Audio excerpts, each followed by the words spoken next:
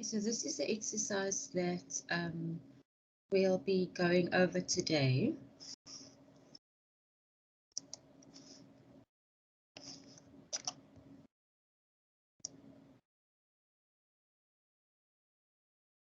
We'll be looking at the cash receipts journal and the cash payments journal, or the CRJ and the CPJ.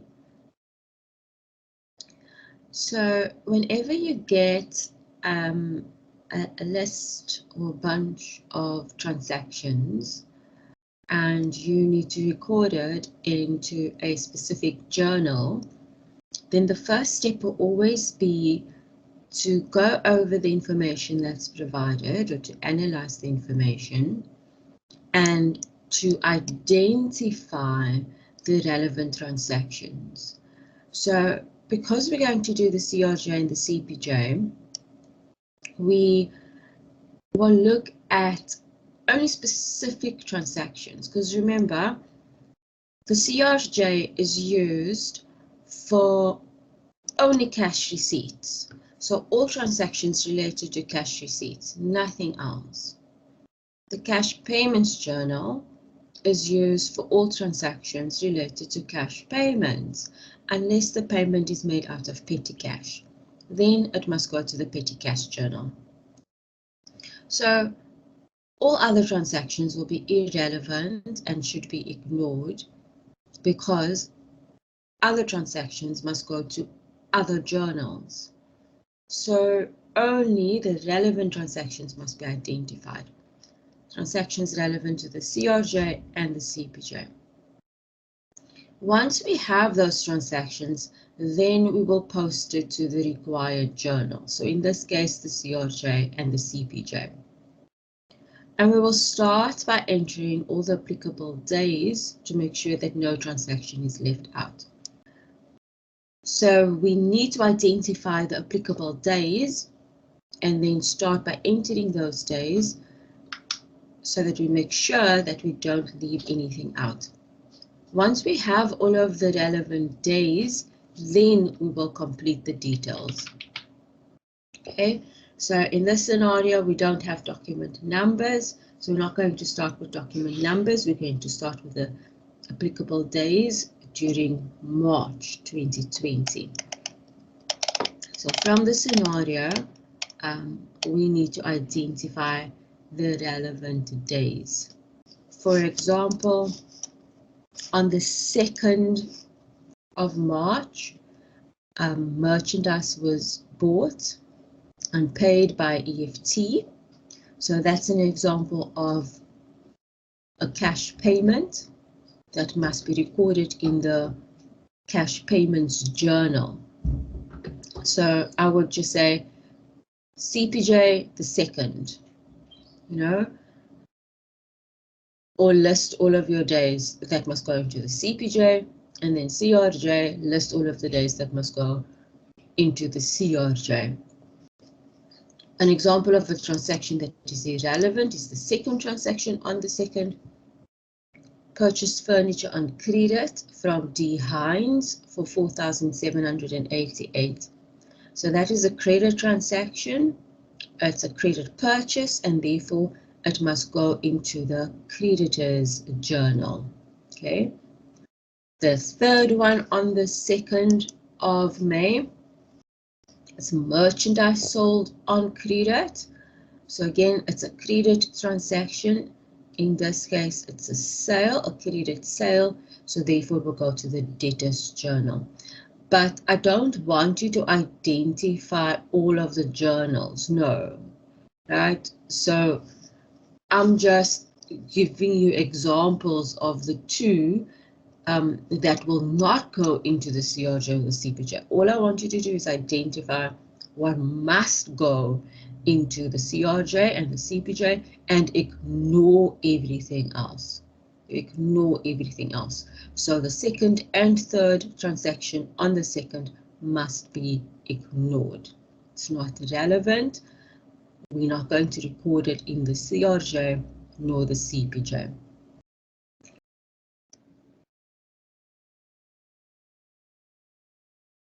Okay, so we identified all of the relevant transactions, and now we're going to post the relevant transactions to the required journals. We start by entering all the applicable days to make sure that no transaction is left out. Okay, so for the CRJ, we'll have 2 entries on the 15th.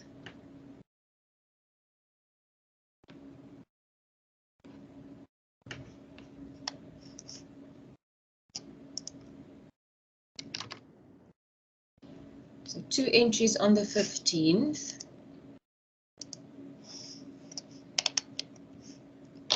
An entry on the 17th, the 20th, and the 30th.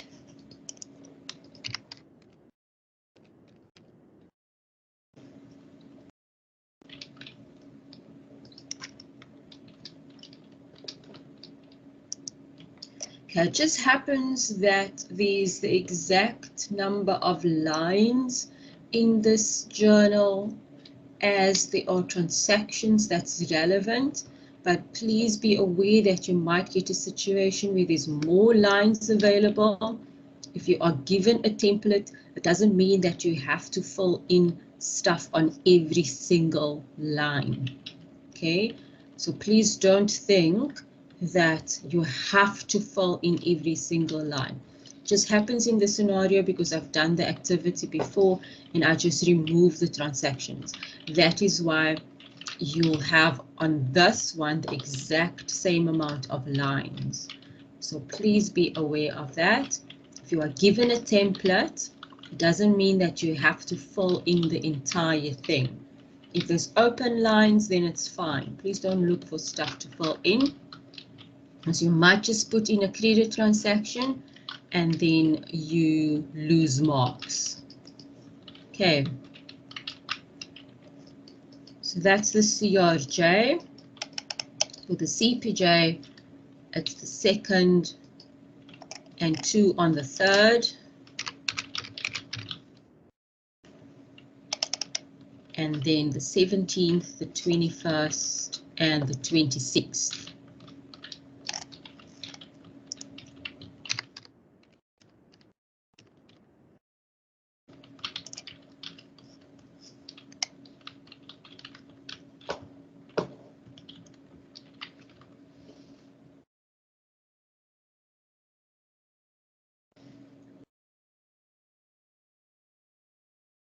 Okay, so that's the second step.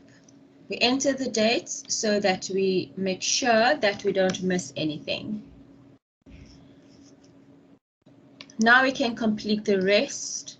So the details is first up. Details would be for the cash receipts journal, the person that is giving the money to the business. Okay, so if it's a debtor paying the account, then it would be the name of the debtor. So the 15th.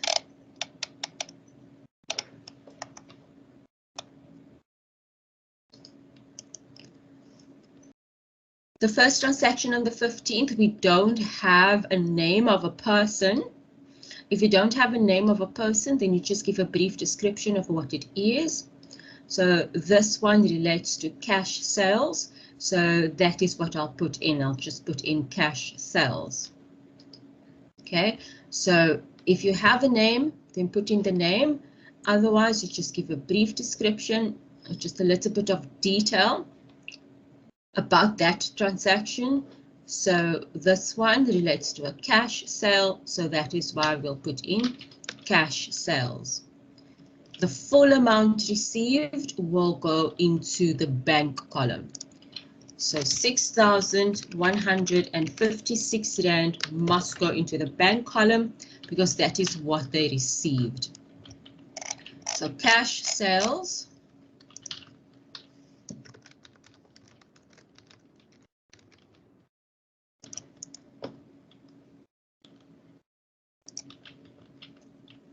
And the full amount of 6,156 Rand into the bank column.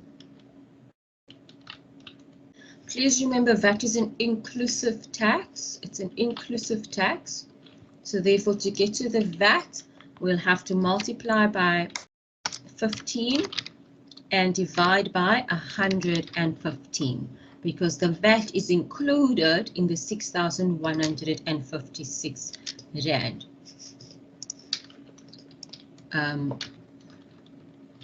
Also, over here, we were told that VAT of 15% is included where applicable.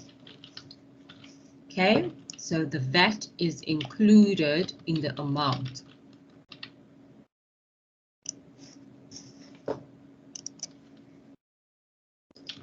I'm going to round off to the nearest Rand, so I'm going to use 803 Rand as output VAT.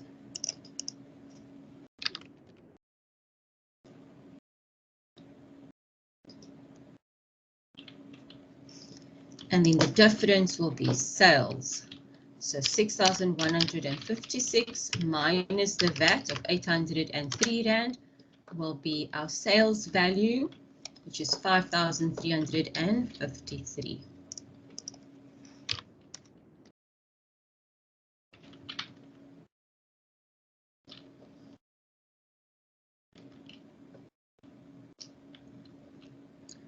And then that's it. Nothing goes into receivables, nothing goes into sundries.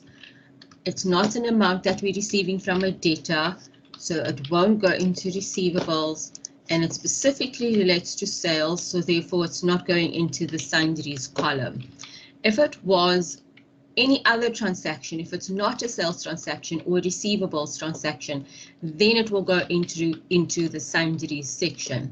For example, if it's capital, so capital contributed by the owner, then it will go into sundries, okay, because it's not a sale and it does not relate to receivables. So these three columns will just be left blank. Okay, please don't be bothered by blank spaces.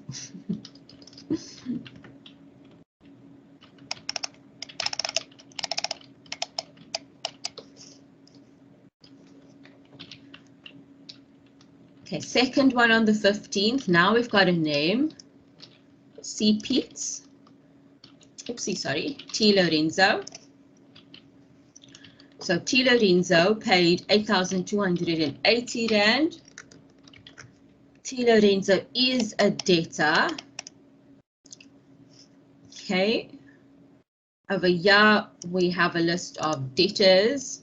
T. Lorenzo owed Zen Traders 7,500 Rand and Vival Yun owed Zen Traders 6,494 Rand on the 1st of March 2020. So T. Lorenzo is a debtor, Vival Yun is also a debtor, whereas D. Hines is a creditor and C. Pitts is also a creditor, because Zen Traders owe D. Hines and C. Pitts. Okay, so these two are creditors, and T. Lorenzo and Vival Yun are debtors.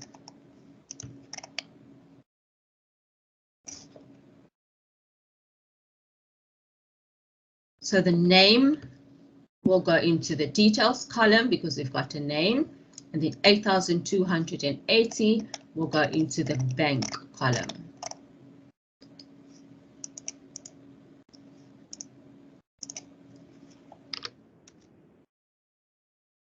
Full amount in the bank column. Please remember, always put the full amount in the bank column. This is a payment received from a debtor, so therefore we also have to make an entry in the debtors column. There's no VAT because it's not a sale, it's a payment. T. Lorenzo is making a payment on his account, so it's not a sale. There'll only be output VAT if there's a sale.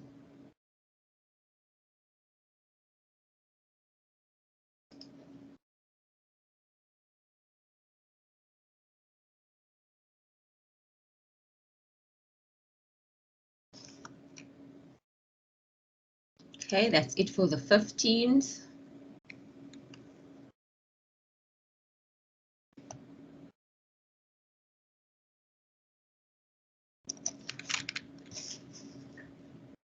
17th, we have another cash sale,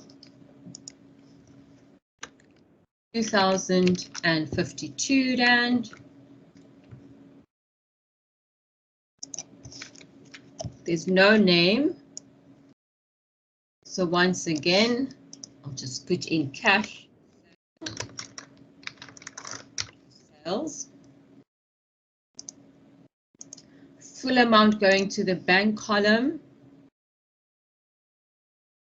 This is a sale, so therefore there's output VAT.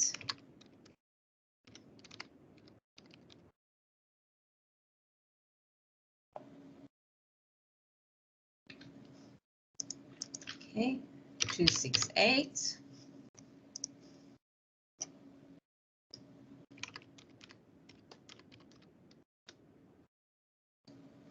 The sales value is therefore 1,784.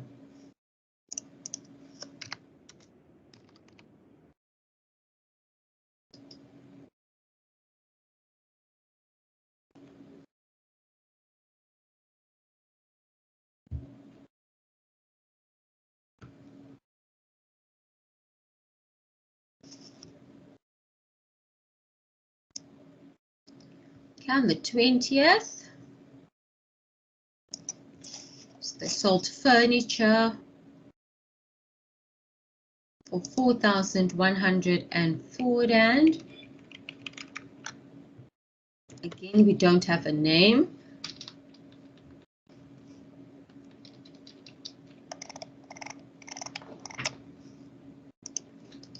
We'll just put in furniture sold, sale of furniture.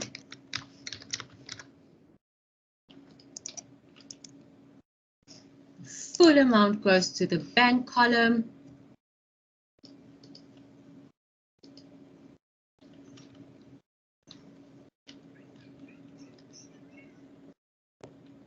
It's a sale, so therefore there's output VAT.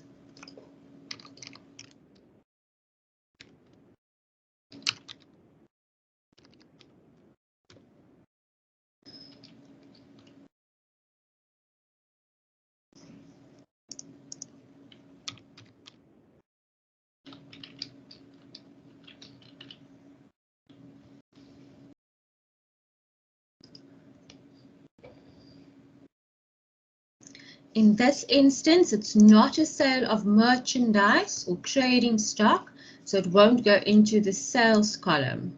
Okay, please remember that only sales related to trading stock will go into the sales column.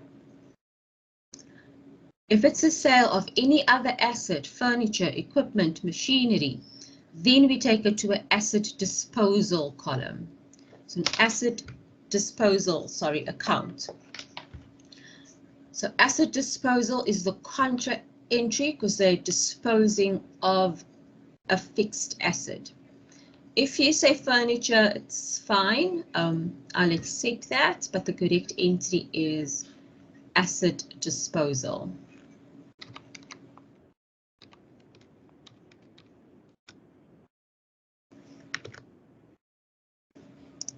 So now it goes all the way to the sundries column.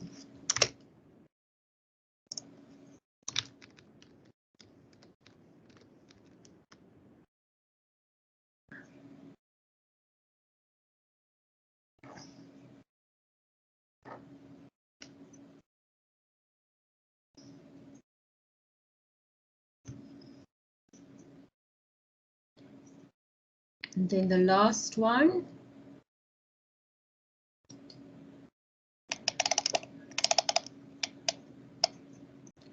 Received 2,403 Rand and 60 cents from Vival-Yun.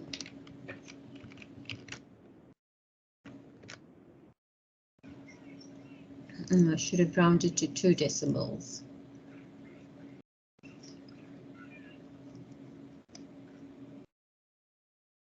Okay, so this is a debtor, as I mentioned earlier. Vival-Yun owes a certain amount to Zen Traders, 6,494. So this is a part payment of the account.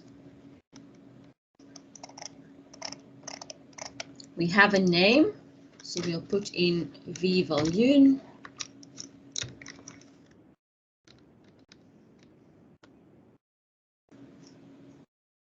Put in the total amount. In the bank column, and then also in the receivables column. Okay, because this is a debtor payment.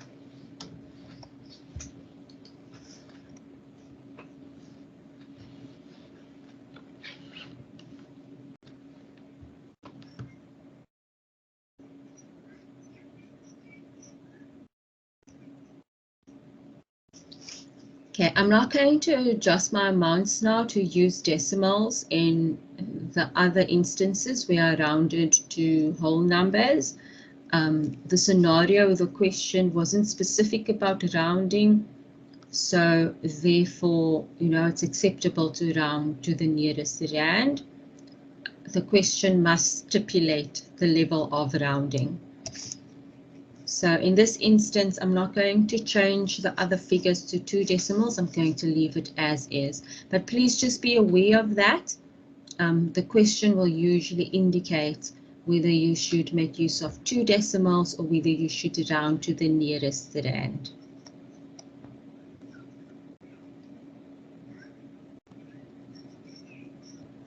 Okay, so that is it for the CRJ. We've entered all of the transactions. We only have one last thing to do, and that is to add up all of the amount columns. So we have a total here at the bottom for each column, 3569 for sundries, right? Because there's only one entry in there. 8280 plus 2403 and 60 cents. Would be the total received from debtors.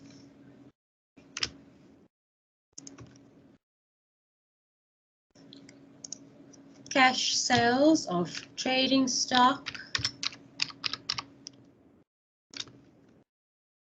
7137.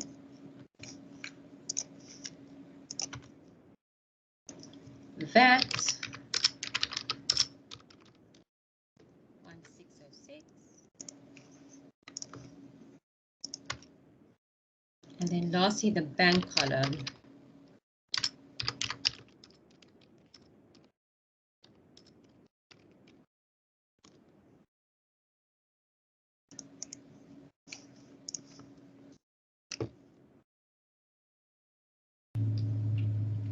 Okay, then we can check whether our amounts add up. Because remember, in accounting, we use the double entry principle. For every debit entry, there must be a credit entry, or the total of the debits must equal the total of the credits. In this scenario, our debit entry is this one over here, the bank, because this is the money that they received, and then everything else are credit entries. Everything else are credit entries.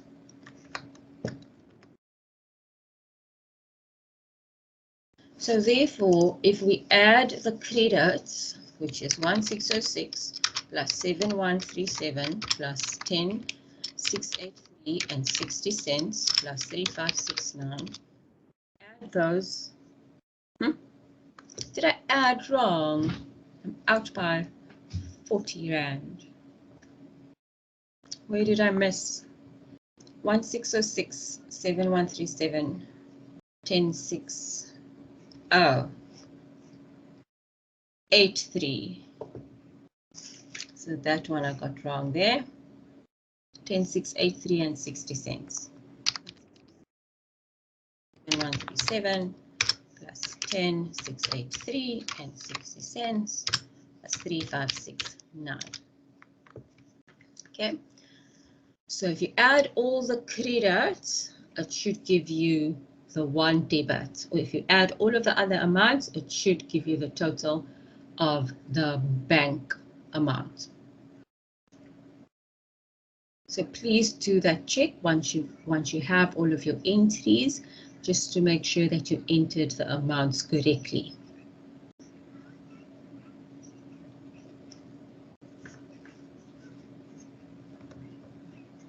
Okay.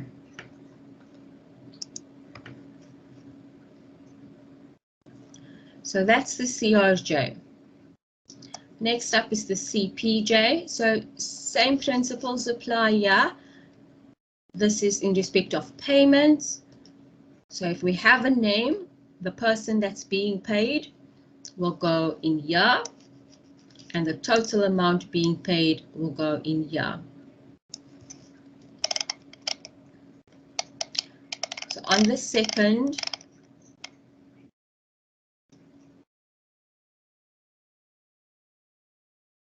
we don't have a name, so we need to give a little bit of detail. They bought merchandise. So we can just say merchandise purchased or merchandise bought. And the total of 8,208 Rand will go into the bank column.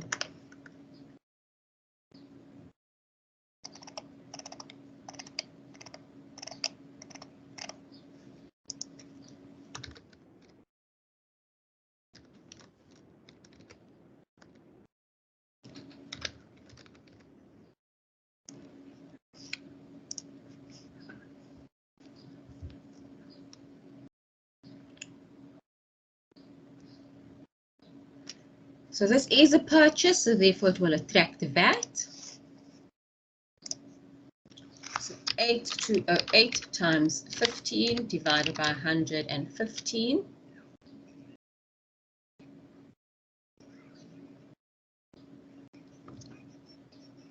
So 1071. That is the input VAT. And then the difference go to the trading stock column, because that is what they purchased. That trading stock is merchandise.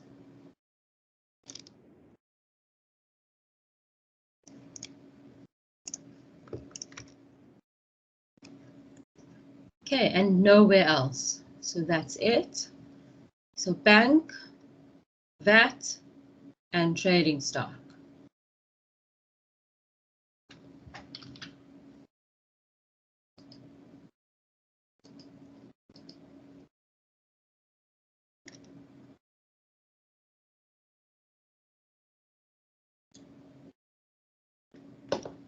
On the third,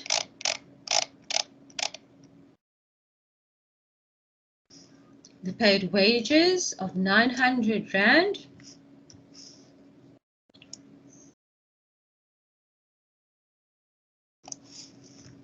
So yeah, you can say staff, you can say wages paid. Okay, just a little bit of detail. Full 900 Rand into the bank column.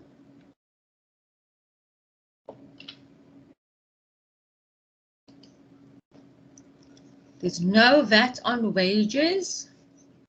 Right? There's no VAT on wages. There's no specific column for wages, so therefore it must go to the sundry section. 900 Rand in the amount column, and in the account name, which is wages.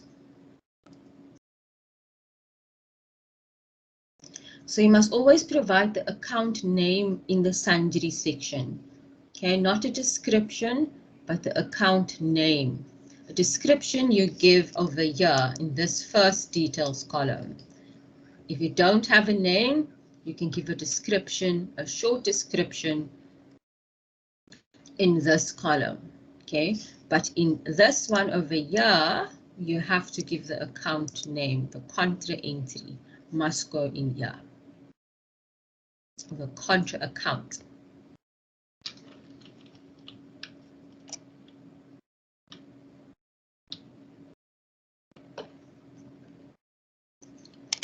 Okay, the other one on the third. They paid D. Hines. Okay, so we've got a name.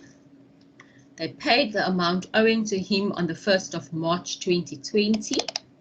So on the 1st of March, Zen Traders owed D. Hines 9,345. So 9,345 going to D. Hines.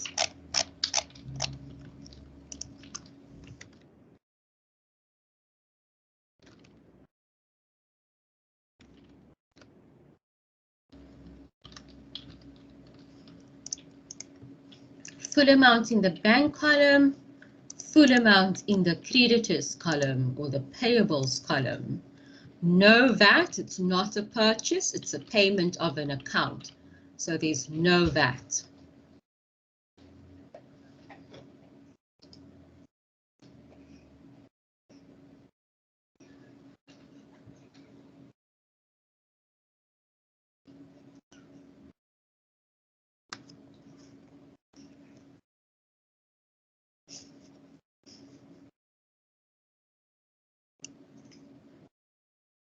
The 17th, again they bought merchandise and paid 10,260.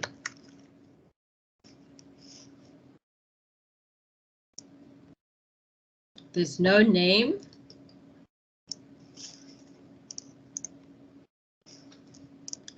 So I'm just going to say purchase of merchandise again.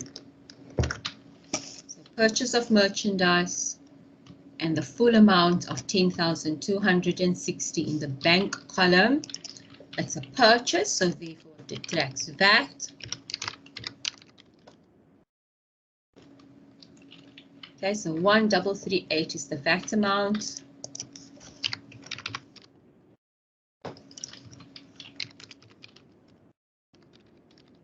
And the difference will go to trading stock.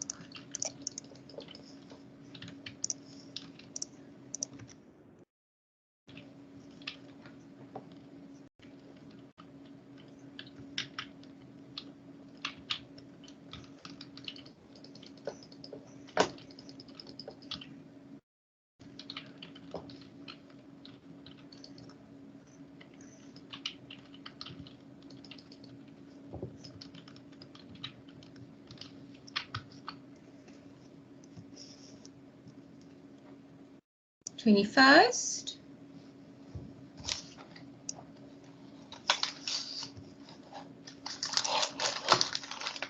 Again, it's a payment to D. Hines. 57,456.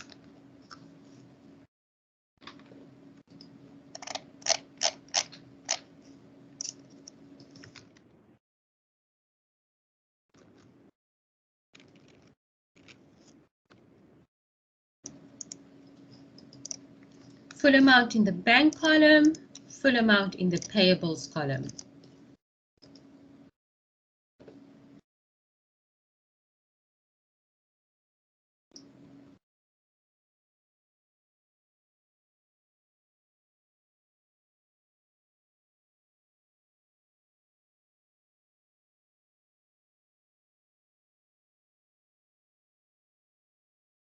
And then on the 26th,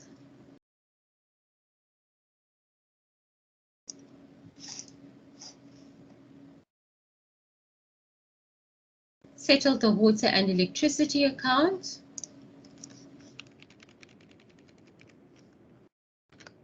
R1,231.20.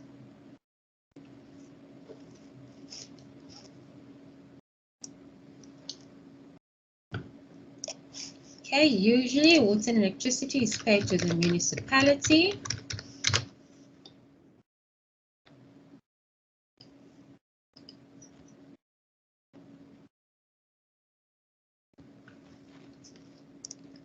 Full amount goes into the bank column.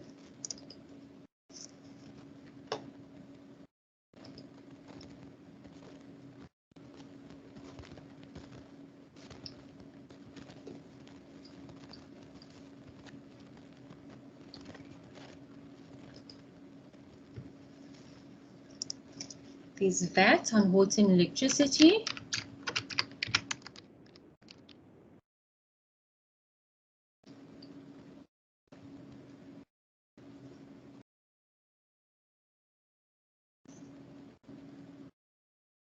I'm just going to use the 2 decimals here because there's 2 decimals in the amount being paid.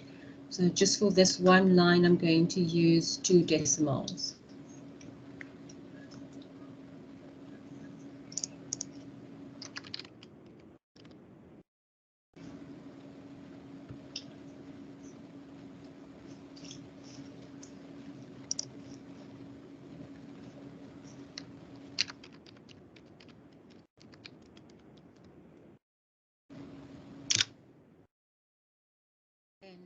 The difference goes to the sundry account section.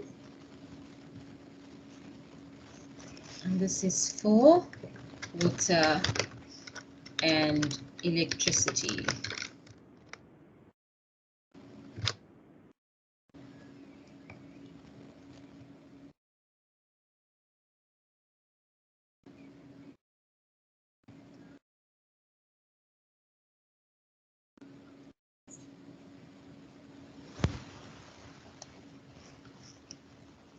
And then we add up all of the amounts column.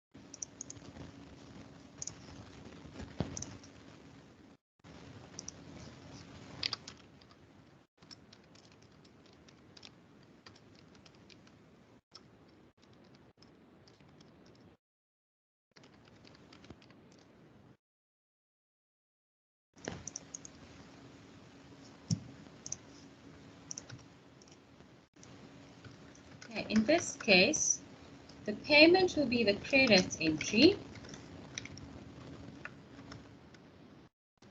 And all the others, debit entries.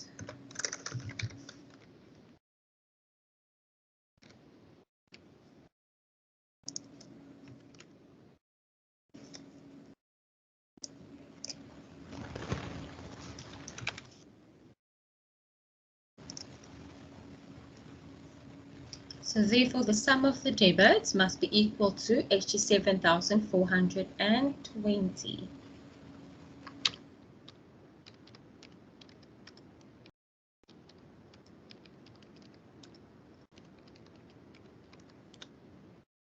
Okay.